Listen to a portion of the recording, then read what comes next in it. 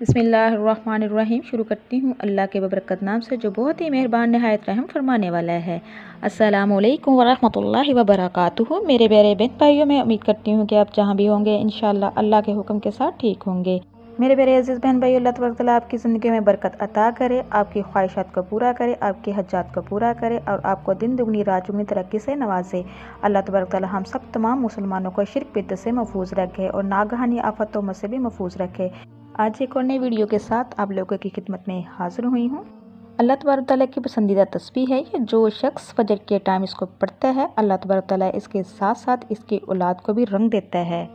میرے پیارے عزیز بہن بھائیو، جو بھی مسئلہ مسائل ہو اللہ پاک سے شیئر کیا کرے، اللہ پاک سے مانگا کرے، اٹھتے بیٹھتے چلتے پھرتے استغفار کا ذکر زیادہ سے زیادہ کیا کرے۔ یہ گناہوں کی معافی کی دعا ہے، یہ رزق میں برکت کی دعا ہے، یہ اولاد کے لیے دعا ہے، یہ ہر اس مصیبت کے لیے دعا ہے جو مصیبت نہ ٹل رہی ہو۔ تو میرے پیارے عزیز بہن بھیا، کوشش کیا کرے اٹھتے بیٹھتے چلتے پھرتے اپنی زبانوں پر استغفار کا ذکر زیادہ سے زیادہ رکھا کرے اور 5 وقت کی نماز ادا کیا کرے۔ کوئی پتہ نہیں زندگی کی کب شام ہو جانی ہے، اپنے رب کو منا لو، اپنے رب کو راضی کر لو، یہ دنیا فانی ہے۔ تو میرے پیارے بہن بھائیوں، جب بھی کوئی مسئلہ مسائل ہو خلوص دل کے ساتھ درود پاک پڑھا کریں اور اپنا جو بھی مسئلہ ہے اللہ پاک سے شیئر کیا کرے، اپنے سروں کو سجدے میں جھکایا کرے۔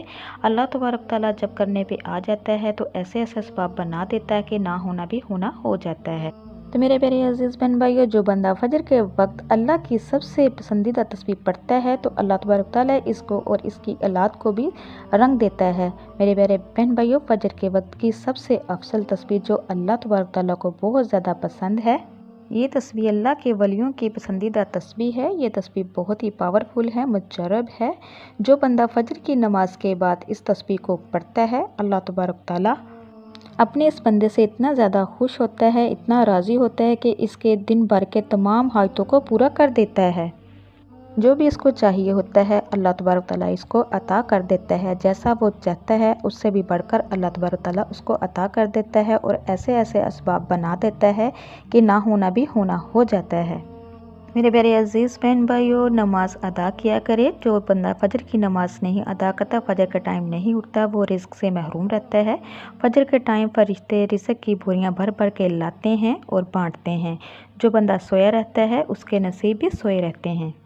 تو سب سے پہلے بتاتی چلوں آپ کو صبح کے وقت اس تسبیح کو پڑھنے کے فائدے جان لیجئے۔ جو بندہ صبح کی نماز کے بعد اس تسبیح کو پڑھے گا تو میرا اللہ تبارک تعالیٰ اس بندے پر اپنی مصیبتوں کو نااہل کر دے گا، اس بندے پر اچانک آنے والی آفتوں کو دور کر دے گا۔ اللہ تبارک تعالیٰ اس بندے کو حاسدوں سے اور دشمنوں سے محفوظ رکھے گا اور بد نظر سے بھی محفوظ کر دے گا، یعنی ہر نقصان سے اللہ تبارک تعالیٰ اس کو محفوظ کر دے گا اور رزق کے اسباب بنا دے گا، رزق کے دروازے کھول دے گا۔ جیسا وہ رزق چاہے گا اللہ تبارک تعالیٰ اس سے بڑھ کر اس کو عطا کرے گا۔ جن والدین کے اولاد نافرمان ہے، اگر وہ بھی اس تسبیح کو کثرت کے ساتھ پڑھتے ہیں تو ان کی اولاد فرما بردار ہو جائے گی، اس کے ساتھ ساتھ کامیاب ہوگی، ترقی پائے گی انشاءاللہ۔ جو شخص یہ تسبیح پڑھتا ہے اللہ تبارک تعالیٰ اس کے کاروبار میں اضافہ کر دے گا۔ اس بندے کی جو بھی پریشانیاں ہوں گی وہ اللہ تبارک تعالیٰ کے حکم کے ساتھ دور ہو جائیں گی۔ اس تسبیح کو پڑھنے والا اپنا نامہ اعمال نیکیوں سے بھر لے گا۔ یہ بہت ہی خاص اور کمال کی تسبیح ہے جس سے دنیا اور آخرت دونوں سنور جائیں گے۔ تو میرے پیارے عزیز بہن بھائیو، حضرت ابو ذر غفاری رضی اللہ عنہ سے روایت ہے کہ وہ فرماتے ہیں کہ رسول اکرم صلی اللہ علیہ وسلم نے مجھ سے فرمایا کہ میں تجھے اللہ کی پسندیدہ کلام کے بارے میں نہ بتاؤں؟ جو میں نے عرض کیا حضور آپ مجھے ضرور بتائیں۔ تو آپ صلی اللہ علیہ وآلہ وسلم نے فرمایا کہ بے شک اللہ کا سب سے بہترین کلام یعنی سب سے بہترین و پسندیدہ تسبیح ہے سبحان اللہ و بحمدہ۔ ایک اور روایت میں آپ صلی اللہ علیہ وسلم نے پوچھا گیا کہ سب سے افضل کلام کون سا ہے، یعنی وہ کلام جسے اللہ نے اپنے ملائکہ اور بندوں کے لیے خاص کیا ہے؟ تو آپ صلی اللہ علیہ وسلم نے فرمایا سبحان اللہ و بحمدہ۔ سیدنا عبد بن عمر رضی اللہ عنہ سے روایت ہے کہ رسول اکرم صلی اللہ علیہ وسلم نے فرمایا جس شخص نے ایک مرتبہ سبحان اللہ و بحمدہ پڑھا اس کے لیے جنت میں کھجورہ کا ایک درخت لگا دیا جاتا ہے۔